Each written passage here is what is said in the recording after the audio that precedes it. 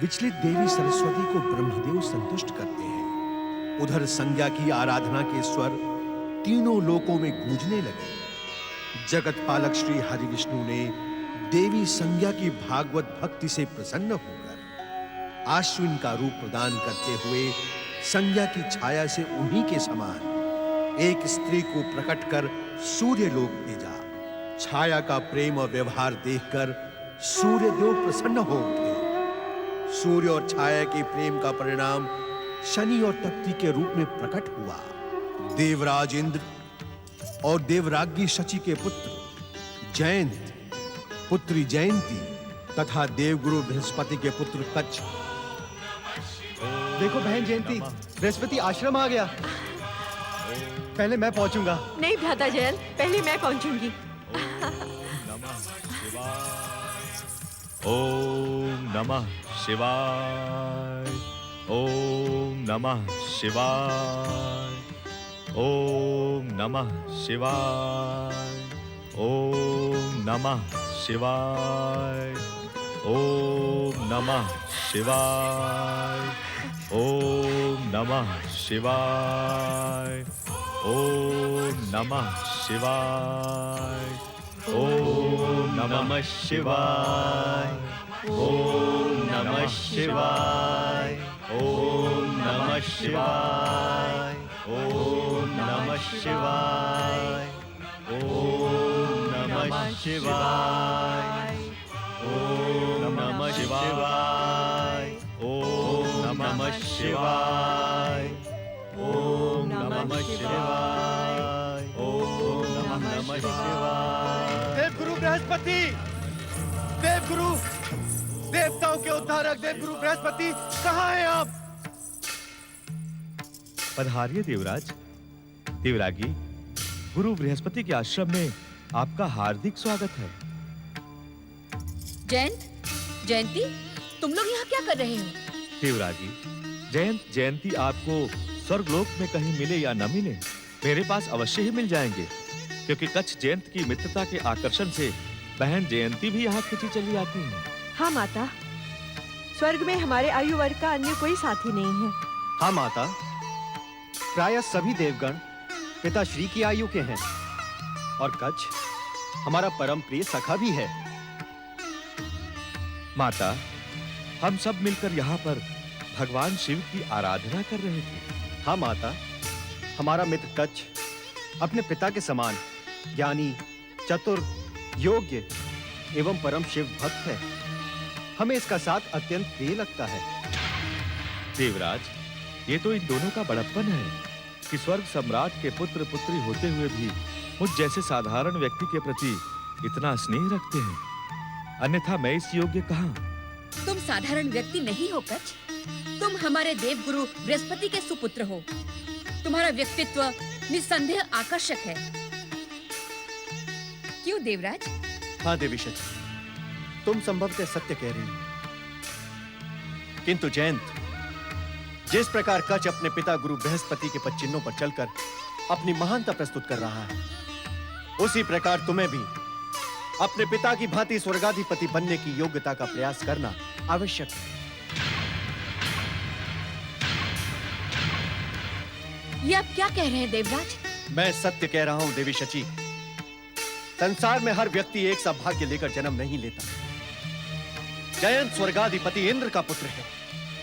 स्वर्ग पर नित नए संकटों के बादल मंडराते रहते हैं। जयंत को अपनी शक्ति का विस्तार कर उसे स्वर्ग को अजय बनाने का प्रयास करना उचित है। तभी वो अपने महान पिता की महान संतान कहलाने योग्य होगा। क्षमा करें देवराज, आप हमारे पिता के समान हैं, किंतु सत्य कहने में संकोच कैसा? आपकी बात अहंकार से प्रेरित लगती है।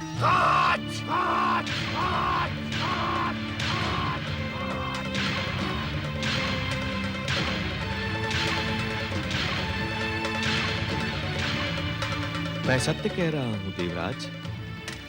सत्य सदैव कटु होता है।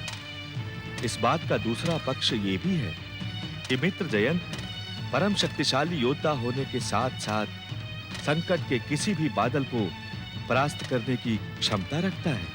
कच्छ! ना तो मैं तुझसे कोई शिक्षा प्राप्त करने आया हूं और ना ही अपने पुत्र की योग्यता का प्रमाण पत्र बनवाने। यदि तुम देवगुरु बृहस्पति के पुत्र और जयंती के मित्र ना होते तो तुम्हें हमारे अपमान का दंड अवश्य मिलता।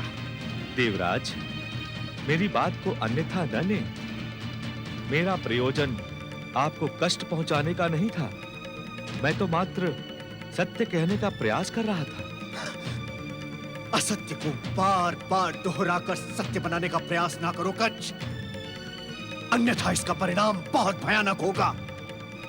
तुम हमारे दंड एवं क्रोध के भागीदार बनोगे। इस संसार के समस्त दंड भगवान शिव शंकर की इच्छा से निर्धारित किए जाते हैं। यदि मैंने उनकी दृष्टि में अपराध किया होगा तो मुझे दंड अवश्य मिलेगा। काच, तुम स्वर्गाधिपति के समक्ष उनकी महान सत्ता को स्वीकार करने का दुस्साहस कर रहे हो। नहीं देवराज, मैं विधि के विधायक भगवान शिव शंकर की सर्वोपरि सत्ता का स्मरण करवा रहा हूं।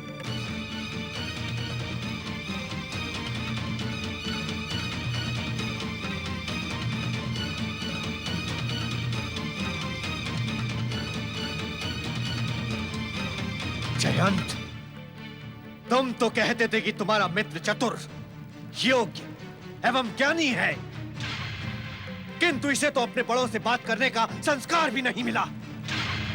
तुम दोनों ने अधिक समय इसके साथ व्यतीत किया तो तुम भी इसी के समान अयोग्य बन जाओगे। देवराज, आपके इस कथन पर मैं अपने पिता गुरु बृहस्पति की शपथ लेकर कहता हूं कि समय आने पर हम तीनों स्वर्गलोक की स्थायी सुरक्षा के लिए अविस्मरणीय प्रयास करेंगे, जिसके लिए भले ही हमें अपने जीवन की आहुति तक देनी पड़ जाए। देवराज, आप भी बच्चों की बातों में आकर व्यर्थ ही क्रोधित हो गए। कच्छ, तुम्हारे पिता देवगुरु बृहस्पति कहाँ हैं? देवरागी, देवर्षि नारद ने स्वयं आकर पिताश्री को ये संदेश दिया था कि भगवान शिव शंकर उनका स्मरण कर रहे हैं। इसीलिए पिताश्री उसी समय कैलाश चले गए।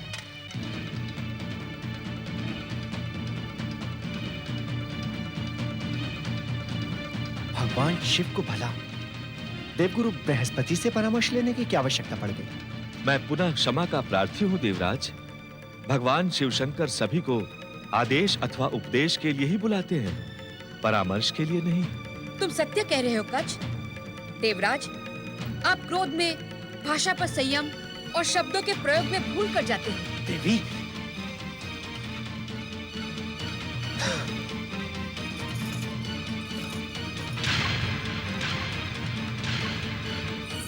कच्छ, क्या तुम अनुमान लगा सकते हो कि भगवान शिव ने देवगुरु बृहस्पति को किस उद्देश्य से बुलाया होगा? बहुत स्पष्ट तो नहीं बता सकता देवरागी, किंतु मेरा अनुमान है कि भोलेनाथ देव दानवों के बीच युद्ध की संभावनाओं का स्थायी समाधान करने के इच्छुक हैं। ये तो महान कार्य होगा पुत्र। चलो। ओम नमः शिवाय।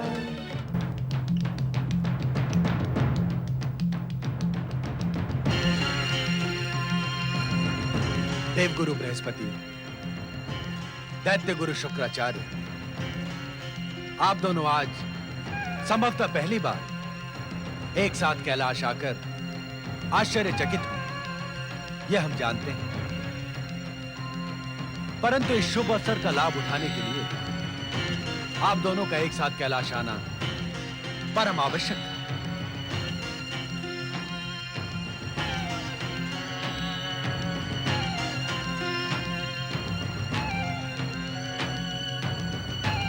हमारे कथन पर आप दोनों के आश्चर्य और उत्सुकता से यही प्रतीत होता है कि आप शुभ अवसर का तात्पर्य नहीं समझे। आपका अनुमान सत्य है भोलेनाथ।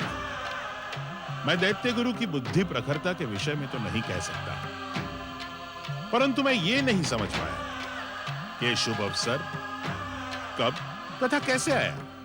शिव शंकर, जहां तक मेरा अनुमान है, संभवतः देवदानों के मध्य इस समय जो अस्थायी शांति है आप उसी को शुभ अवसर की संज्ञा दे रहे हैं। अनुमान लगाने में आप कभी भी भूल नहीं करते दैत्य गुरु शुक्राचार्य। ये आप ही की कृपा का परिणाम है भोलेनाथ। क्या देव दानवों के इस अस्थाई शांति को आप दोनों मिलकर स्थायी शांति नहीं बना सकते?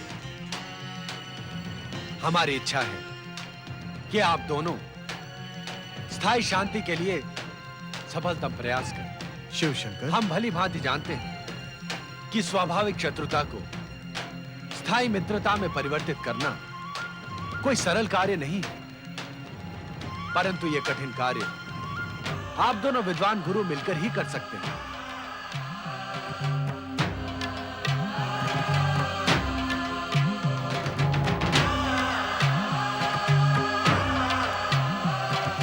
हमारी इच्छा पर अपनी सहमति प्रकट न करके आप दोनों यही सिद्ध कर रहे हैं कि शत्रुत्व भाव मात्र देव दानवों के मध्य ही नहीं, आप दोनों के मध्य भी है।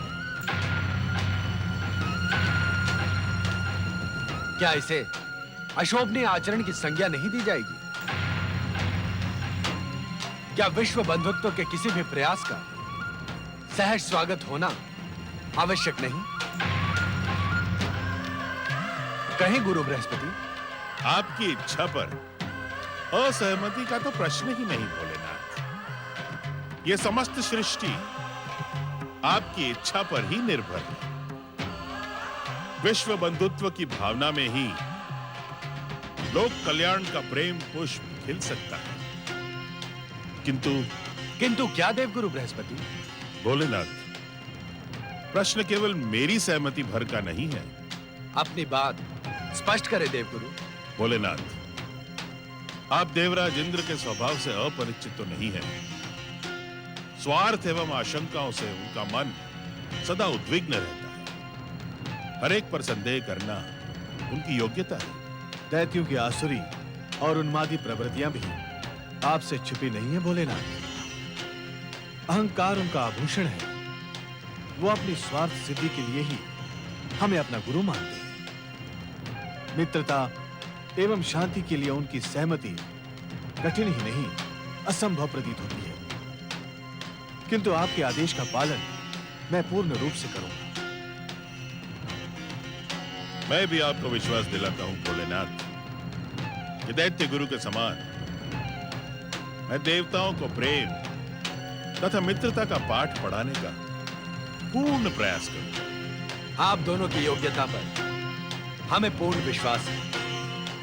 साथ ही हम आप दोनों के प्रयत्नों पर शुभ परिणाम की आशा भी रखते हैं। आपकी इच्छा मात्र से ही असंभव भी संभव हो जाता है भोलेनाथ। देवगुरु बृहस्पति, दैत्य गुरु शुक्राचार्य, मित्रता की घोषणा के लिए आप दोनों हमारे समक्ष हृदय से लगकर मिले, यह हमारी हार्दिक इच्छा है। जैसी आपकी आज्ञा। ओम नमः शिवाय। जय शंकर, जय भोलेनाथ। आप दोनों गुरुओं द्वारा अंकुरित मित्रता का बीज दो भिन्न भिन्न संस्कृतियों को एक करने वाले वृक्ष का रूप धारण कर सकती है। आपकी मित्रता देव दानवों के मध्य स्थायी शांति का कारण बने। भगवान शिव शंकर की, कैलाशपति भोलेनाथ की। नारायण नारायण नारायण, लक्ष्मी नारायण नारायण नारायण। प्रणाम गुरुदेव। आयुष्मान भव। गुरुदेव, स्वयं मैं आपको भगवान भोलेनाथ का संदेश देकर कैलाश नहीं पहुंच सका, इसलिए मैं आपका क्षमा प्रार्थी हूँ। पूर्व निर्धारित कार्यक्रमों में क्षमा का स्थान नहीं होता नारद। नारायण नारायण। हमें ज्ञात है नारद कि तुम्हारी इच्छा होते हुए भी तुम कैलाश नहीं पहुंचे, क्योंकि वहां हमारी भेंट दैत्य गुरु शुक्राचार्य से होने वाली थी। इस बात से तो स्वयं मैं आश्चर्यचकित हूँ गुरुदेव कि भगवान भोलेनाथ ने इस चर्चा के मध्य मुझे उपस्थित रहने की अनुमति क्यों नहीं दी? क्योंकि तुम हास्य परिहास्य में सत्य कह देने वाले अपने स्वभाव को तो छोड़ नहीं सकते। संभवतः शिव शंकर इस वार्ता का स्वरूप परिवर्तित कराने के इच्छुक ही न हो। नारायण नारायण। गुरुदेव, सत्य को साहस के साथ कहने की शिक्षा आप ही ने मुझे दी है। अवश्य नारद, सत्य कहने में संकोच करना उचित नहीं, किंतु ऐसे प्रयासों में सत्य को प्रायः आवरण में लपेट कर प्रस्तुत किया जाता है, जिसमें तुम्हारी योग्यता अधिक प्रभावित नहीं होती। नारायण नारायण। गुरुदेव, आपने ऐसे अवसरों पर अपने शिष्य की अभिनय क्षमता को परखा नहीं है। अब तो ऐसे अवसरों का प्रारंभ हुआ है नारद। शीघ्र ही तुम्हारी इस योग्यता का भी दर्शन करूंगा मैं। अर्थात अपनी उस योग्यता का परिचय देना प्रारंभ न करो नारद। हमें ज्ञात है कि तुम कैलाश एवं स्वर्ग के आकाश मार्ग पर खड़े उस भेंट का परिणाम ज्ञात करने के लिए व्याकुल हो। हाँ देवगुरु, आपका ये शिष्य उस भेंट का परिणाम ज्ञात करने के लिए अति उत्सुक है। भोलेनाथ की भी यही इच्छा है कि इस भेंट का परिणाम शुभ हो। किंतु क्या देवगुरु? मुझे इसकी सफलता पर संदेह है। शिव शिव शिव शिव शिव शिव शिव शिव। शिव इच्छा के उपरांत भी संदेह है गुरुदेव?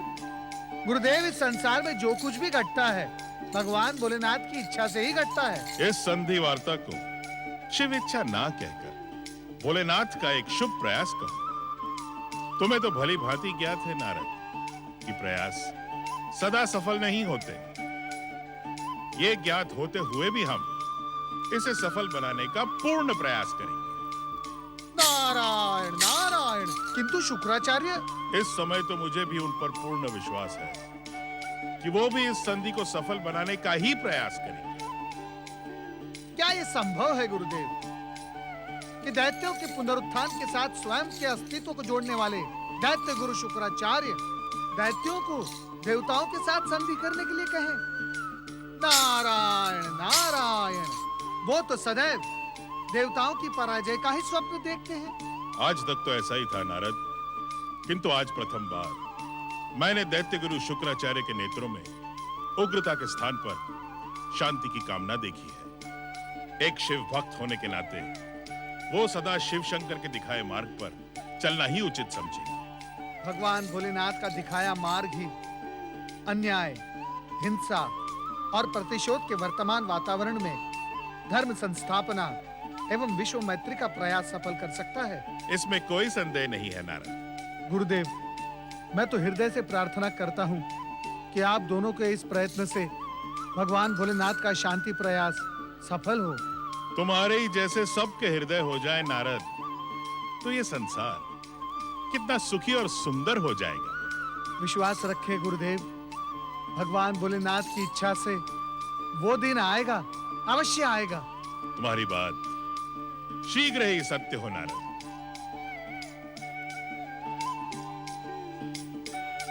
नारायण नारायण। देवगुरु बृहस्पति एवं नारद देव दानों के मध्य बंधुत्व की भावना और लोक कल्याण के विषय में विचार विमर्श कर अपनी अपनी दिशा में चले गए।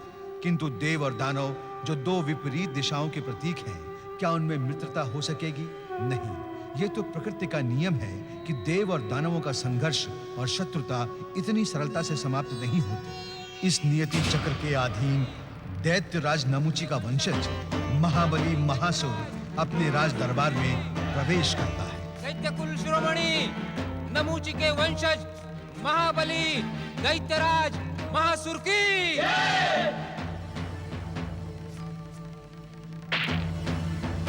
ठहरो, दूर हट जाओ।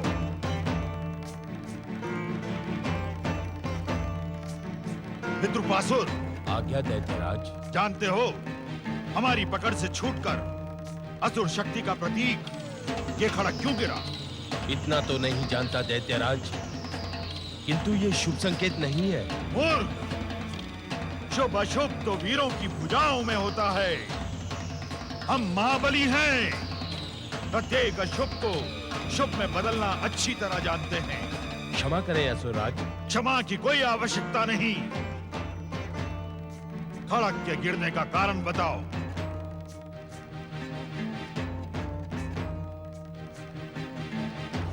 क्या पाताल की इस महासभा में कोई असुर खड़क के गिरने का कारण बता सकता है?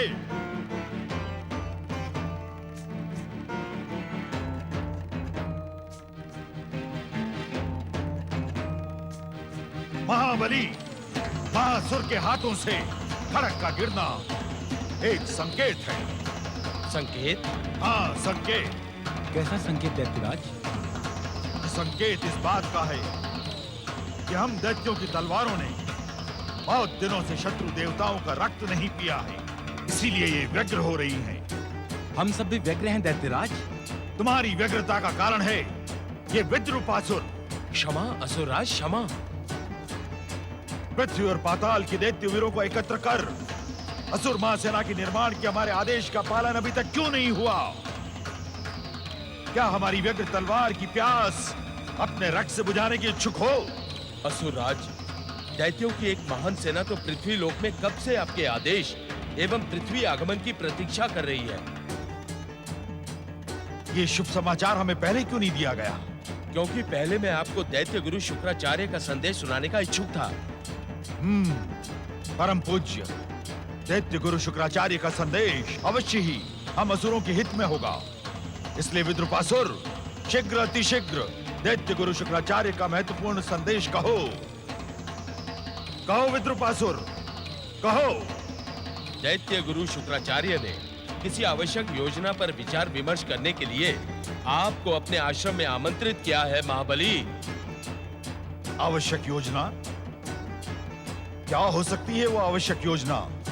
क्षमा करें असुरराज, इस विषय में दैत्य गुरु ने कोई संकेत नहीं दिया। कितनी बार क्षमा मांगोगे तुम? कितनी बार? देखो, ये मूर्ख हमें दैत्य गुरु का संदेश देने आया है, किंतु इसे स्वयं ज्ञात नहीं कि संदेश क्या है। असुरराज, दैत्य गुरु शुक्राचार्य तो सदैव शत्रु देवताओं की पराजय के लिए व्यग्र रहते हैं। संभवतः इस समय आपको बुलाने के पीछे यही कारण हो। हाँ, तब तो हम शीघ्र ही दैत्य गुरु के दर्शन कर उनके आशीर्वाद एवं इच्छा के साथ पृथ्वी और स्वर्ग पर एक साथ आक्रमण करेंगे। हमारा उद्देश्य है पृथ्वी, पाताल और स्वर्ग पर एक छत्र असुर साम्राज्य की स्थापना। दैत्यराज महासुर की जय! दैत्य गुरु शुक्राचार्य की जय!